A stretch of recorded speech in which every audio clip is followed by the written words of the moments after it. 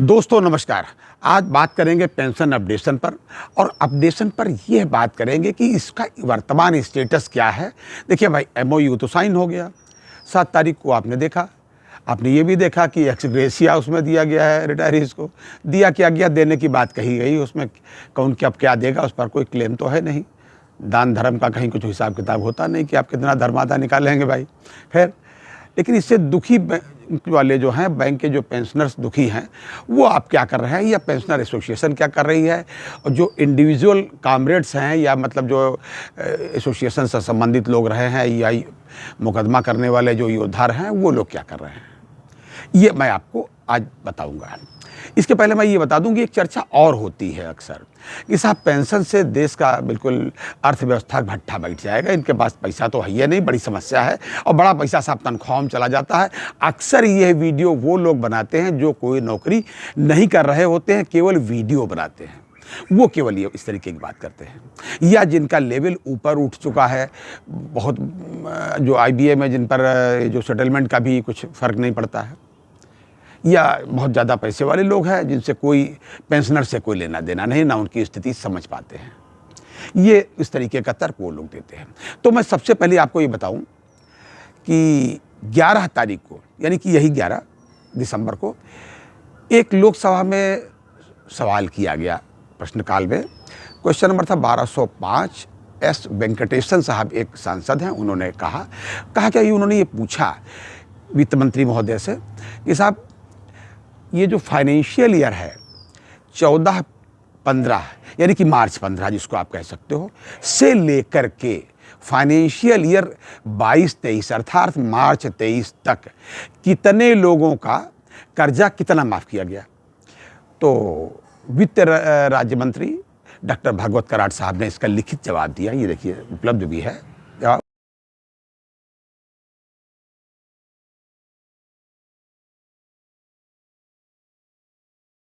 उन्होंने कहा साहब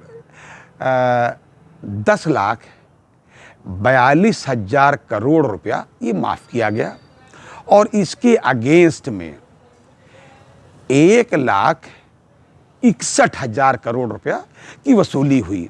देखिए, आप इसको जानते हैं, अगर आप बैंकर हैं तो सब आप ठीक से जानते हैं कि भाई राइट ऑफ कर देने के बाद भी तो हम लोग थोड़ा वसूली का प्रयास करते रहते हैं, जो संभव है वो करते हैं। तो उसमें ये स्थिति उन्होंने बताई, मतलब कितना अधिक माफ़ करने के लिए हम लोग माफ़ किए रहते हैं। एक अन्य बात, एक दूसरी बात भाई साहब ये है कि एक तो आज तक किसी भी बैंक ने या कोर्ट ने अभी तक शायद मांगा नहीं है, या जो भी स्थिति हो, बिना कोर्ट के मांगे ये लोग कोई सही बात नहीं बताएंगे। आज तक पेंशन का जो फंड है, यानी कि कार्पस है, किसी भी बैंक ने अपना बिल्कुल ओपनली नहीं बताया है। खैर, एक कॉमरेड हैं, कॉमरेड का मतलब है कि जो ये पेंशन के संबंध में अपना लड़ते भिड़ते रहते हैं, संघर्ष करते रहते हैं। महाराष्ट्र से है, कोल्हापुर ज़िले के हैं, कैनरा बैंक के रिटायरीज़ हैं, मिस्टर वसंत वानकुद्रे साहब। इन्होंने कई मुकदमे कर रखे हैं। पिछली बार देखिए, बॉम्बे हाई कोर्ट तक भाग के चले गए थे। बॉम्बे हाई कोर्ट ने कह दिया नहीं, आपके मामले सब कोल्हापुर में, आप वहीं करिए, आपकी कोई अर्जेंसी नहीं। एक्चुअली अर्जेंसी के मामले में वहाँ था, ये पिछले महीने में लगाया गया था कि साहब अर्जेंट मैटर ही अब सुने जाएंगे। ये 25 तारीख को उन्होंने अपना एक सर्कुलर किया था आपस में इंटरनल, वहाँ के हाई कोर्ट ने, तो इनके वकील ने कह दिया, भागे चले गए, लेकिन कोर्ट ने इनको कह दिया कि नहीं, आपका मामला इतना अर्जेंट हमें नहीं लगता, आप अपने कोल्हापुर कोर्ट जाए। तो कोल्हापुर कोर्ट में ये आ गए और अब वहीं मामले अपने देख रहे हैं। कई इनके मामले थे, इन्होंने पहले भी कोर्ट में मुकदमा करके ये एक आर्डर पास कराया था री इन्वेस्टिगेट का। क्या री इन्वेस्टिगेट करना था? करना भाई साहब ये था, इन्होंने कहा कि साहब इतना फंड है पेंशन फंड, और उस पेंशन फंड का सदुपयोग नहीं हो रहा है और उस पर ये हो रहा है। इन्होंने ये भी बताया कि 1993 में ये जो सेटलमेंट हुआ था पेंशन के मामले में, जी, पेंशन के मामले में जो सेटलमेंट हुआ था 1993 की डेट मुझे ठीक से याद नहीं आ रही, उन्होंने जो बताया कि साहब इसमें जब IBA और इनके बीच में, एसोसिएशंस के बीच में एग्रीमेंट हुआ, तो उसमें सारी कुछ व्यवस्थाएं थी कि पेंशन पीरियाडिकल ये अपडेट होती रहेंगी, ये बात उसमें थी। बाद में उसका जो नियम बने 95 में, ये जो जॉइंट नोट हो गया। खैर, तो ये तो वहाँ से बात हुई। हालांकि इसके पीछे भी एक अदद और कहानी है। अब मैं कहाँ कहाँ तक आपको क्या बताऊँ, कुल मिलाकर के ये सब है कि पेंशनर दुखी हैं।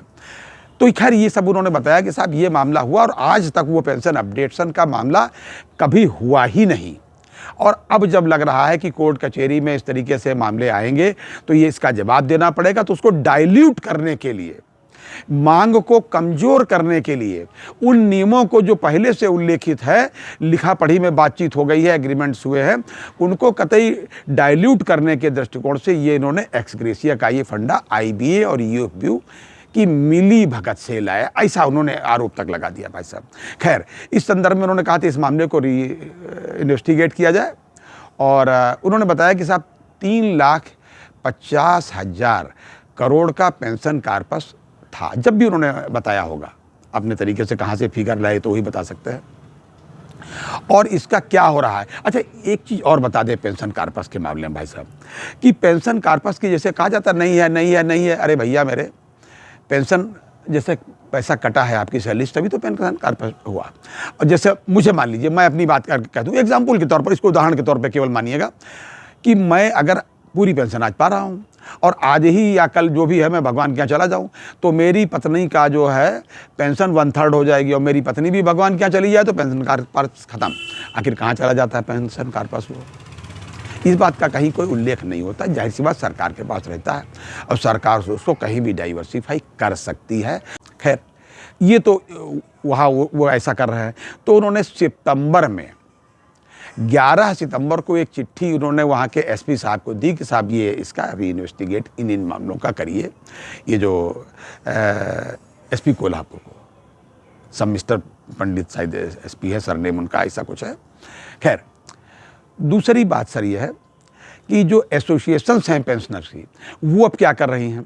देखिए एक तो मैंने आपको बताया कि जो AIBOC के पेंशनर एसोसिएशन है, उसने तो सीधे सीधे भाई देखिए वित्त मंत्री जी को चिट्ठी लिखी है, निर्मला सीतारमण जी को, कि साहब आप इसमें हस्तक्षेप करें और ये हम लोगों को न्याय दिलाएं, ये एक्स ग्रेशिया हटवा करके पेंशन का कुछ अपडेट करें। देखिए उसमें मामला क्या है, मामला ये है कि जब भी ये कोई सेटलमेंट होता है ये 5 ईयर्स के लिए होता है भाई साहब।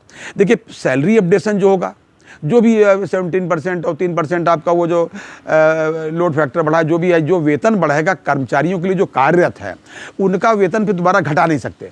लेकिन आपका जो एक्स ग्रेशिया जो भी भिक्षा आपको दे दी जाएगी, इन्होंने कह दिया साहब 5 साल के लिए, कह दिया, ये उनका बड़प्पन है अपना, न कहते तो ना कहते, जो कह दिया सो कह दिया। 5 साल के बाद इनका मनो खत्म करने का तो खत्म भी कर सकते हैं आप, इस पर कोई क्लेम नहीं, भीख पर कोई क्लेम नहीं होता भाई साहब, ये वाली बात भी है। तो एसोसिएशन ने कहा कि नहीं साहब आप इसमें हस्तक्षेप करिए, निर्मला जी सीतारमण जी से कहा, और साहब हमको लोगों को न्याय दिलाइए। अन्य बात यह है, एक अन्य रिटायरीज एसोसिएशन जिसमें जैन साहब अपने जनरल सेक्रेटरी है, उसका मुख्यालय इंदौर में है, उन्होंने पत्र इनको लिखा है। जो यूएफबीयू के जो कन्वेनर हैं ये बंदली साहब, और जो मुख्य उसके कर्ता धर्ता आजकल ज़्यादा सबसे आगे वही रहते हैं CH वेंकटचलम साहब, इन दोनों को भी पत्र लिखा है कि हम आपसे मिलना चाहते हैं कि आपको जो 6 महीने का समय मिला है भाई साहब, इन 6 महीने में आप हमारी ये मांग उठाएं,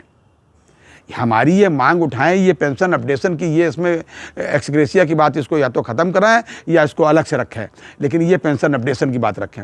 और इस संदर्भ में उन्होंने एक चीज़ और कही है, इन्होंने इंटरनल एक पत्र अपना जारी किया है भाई साहब अपने मेंबरान को, अपने ऑफिस वीरर्स को, कि जनवरी के मिड का मतलब बीच में 12, 14, 15 तारीख से लेकर 18, 20 तक जो भी है, दिल्ली के जंतर मंतर पर ये एक धरना कार्यक्रम कर रहे हैं, इसी संदर्भ में सरकार के संज्ञान में लाने के लिए कि अपनी तकलीफ़ों को देखते हैं कि सरकार के संज्ञान में ये लोग कितना ला पाते हैं, और निर्मला सीतारमण जी पेंशनर एसोसिएशन की अपील पर, उनके प्रार्थना पत्र पर कितना ध्यान देती हैं, और पेंशनर्स को कितना ध्यान मतलब राहत मिल पाती है। एक वजह और है, एक सेक्टर और है पेंशनर्स का, जो उम्र के आखिरी पड़ाव पर करीब है। उसे तो आखिरी पड़ाव का किसी का भरोसा नहीं होता कि आखिरी पड़ाव कब होगा, न जाने किस गली में ज़िंदगी की शाम हो जाए।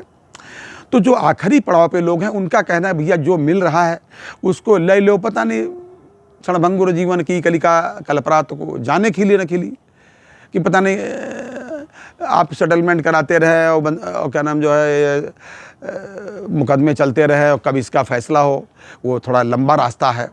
तो पता नहीं हमारी दूरी कितनी बची है प्रभु के यहाँ जाने की। वो चाहते हैं जो मिल रहा है उसको मिल रहा, उसको ले लो, उसमें खोंचड़ ना लगाओ। ये उन लोगों का कहना है।